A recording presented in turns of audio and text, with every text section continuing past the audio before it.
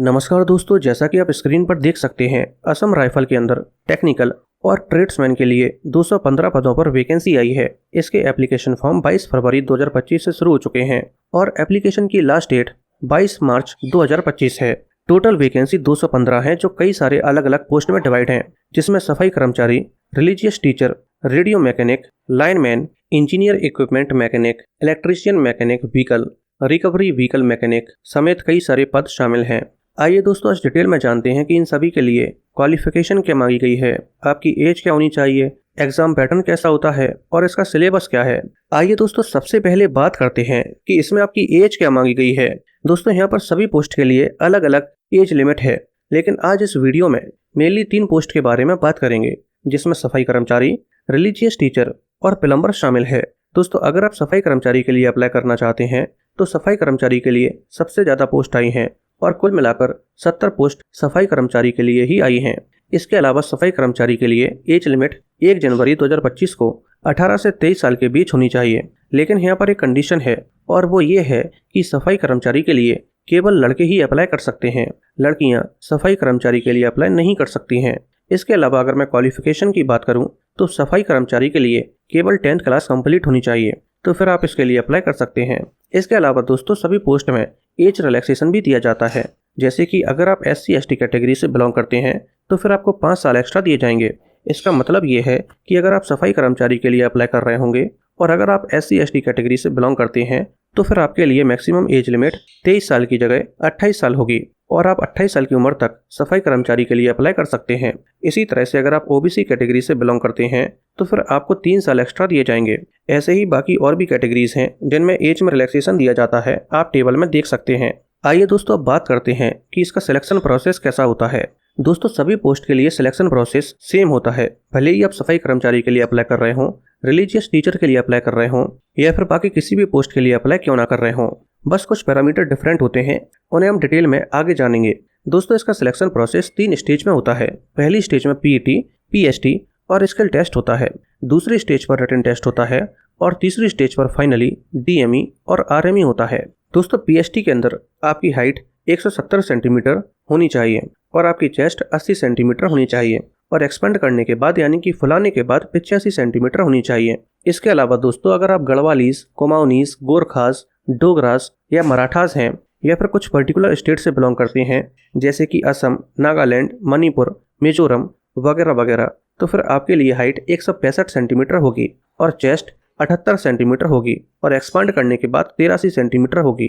इसके अलावा दोस्तों, अगर आप ST कैटेगरी से बिलोंग करते हैं तो फिर आपके लिए हाइट 162.5 सेंटीमीटर या उससे ज़्यादा होनी चाहिए और आपके लिए चेस्ट 76 सेंटीमीटर होनी चाहिए और एक्सपांड करने के बाद 81 सेंटीमीटर होनी चाहिए। आइए दोस्तों, अब बात करते हैं PET के बारे में, यानी कि फिजिकल एफिशिएंसी टेस्ट के बारे में। दोस्तों, PET के अंदर आपकी 5 किलोमीटर की दौड़ होती है, जिसे आपको केवल 24 मिनट में कंप्लीट करना होता है। PET और PST कंप्लीट होने के बाद दोस्तों आपका डॉक्यूमेंट वेरिफिकेशन किया जाता है और डॉक्यूमेंट वेरिफिकेशन के बाद आपका ट्रेड टेस्ट होता है। दोस्तों, अब अगर आप जानना चाहते हैं कि ट्रेड टेस्ट में आपसे क्या पूछा जाएगा, क्या एक्टिविटीज़ आपसे करवाई जाएंगी, तो आप कमेंट में ट्रेड टेस्ट टाइप कर दीजिए, मैं इस पर भी एक डिटेल्ड वीडियो बना दूंगा। इसके अलावा दोस्तों, मैं यहाँ पर आपको एक बात और क्लियर कर देना चाहता हूँ कि ये PET, PST और ट्रेड टेस्ट ये सभी चीज़ केवल क्वालिफाइड नेचर की होती है। इससे आपकी मेरिट नहीं बनती है, आपकी मेरिट केवल और केवल रिटन एग्जामिनेशन से बनती है, जो सेकंड स्टेज पर होता है। PET, PST और ट्रेड टेस्ट को आपको केवल क्वालिफाई करना होता है, यानी कि केवल और केवल आपको इन्हें पास करना होता है। इसके बाद दोस्तों सेकंड स्टेज पर रिटन एग्जामिनेशन होता है और ये एग्जाम ऑब्जेक्टिव फॉर्मेट में होता है और ये एग्जाम टोटल 100 नंबर का होता है।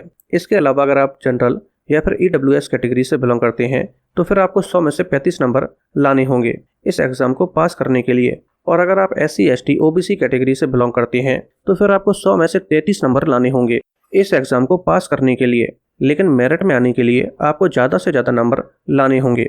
इसके बाद फाइनली थर्ड स्टेज पर आपका DME यानी कि डिटेल्ड मेडिकल एग्जामिनेशन होता है, जिसमें आपका कंप्लीट मेडिकल चेकअप किया जाता है और अगर आप DME में अनफिट करार दे दिए जाते हैं तो फिर इसके बाद आपका RME होता है।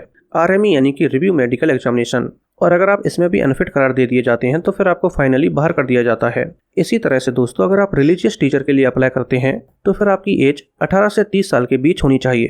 इसके अलावा आपको एज में रिलैक्सेशन भी दिया जाता है, जिसे मैं ऑलरेडी बता चुका हूँ। आइए दोस्तों अब बात करते हैं कि इसके लिए आपकी क्वालिफिकेशन क्या मांगी गई है।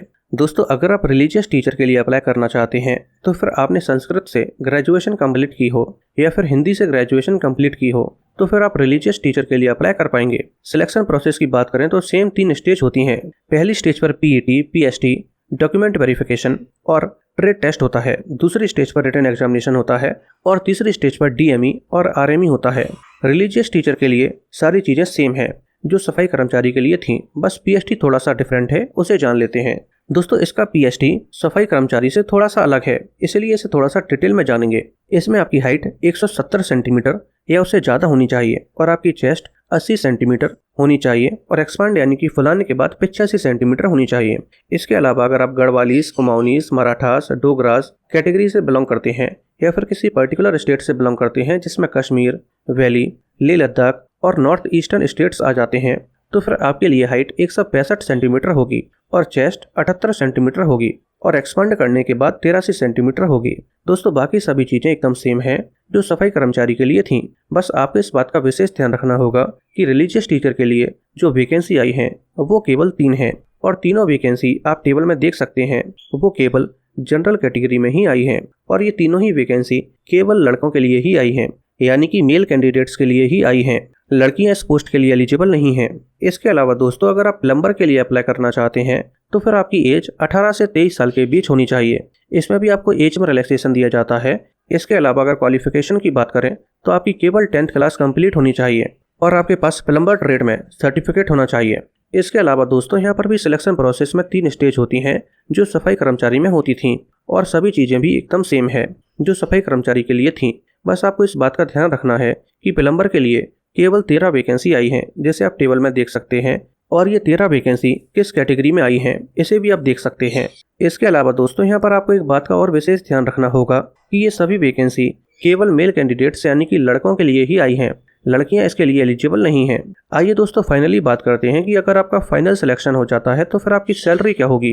दोस्तों अगर आपका फाइनल सिलेक्शन हो जाता है तो फिर आपकी बेसिक सैलरी 18,000 रुपए से लेकर 21,700 रुपए के बीच होगी। इसके अलावा आपको कई तरह के अलाउंसेस भी दिए जाएंगे जिसमें डीए, एचआरए और टीएस शामिल है।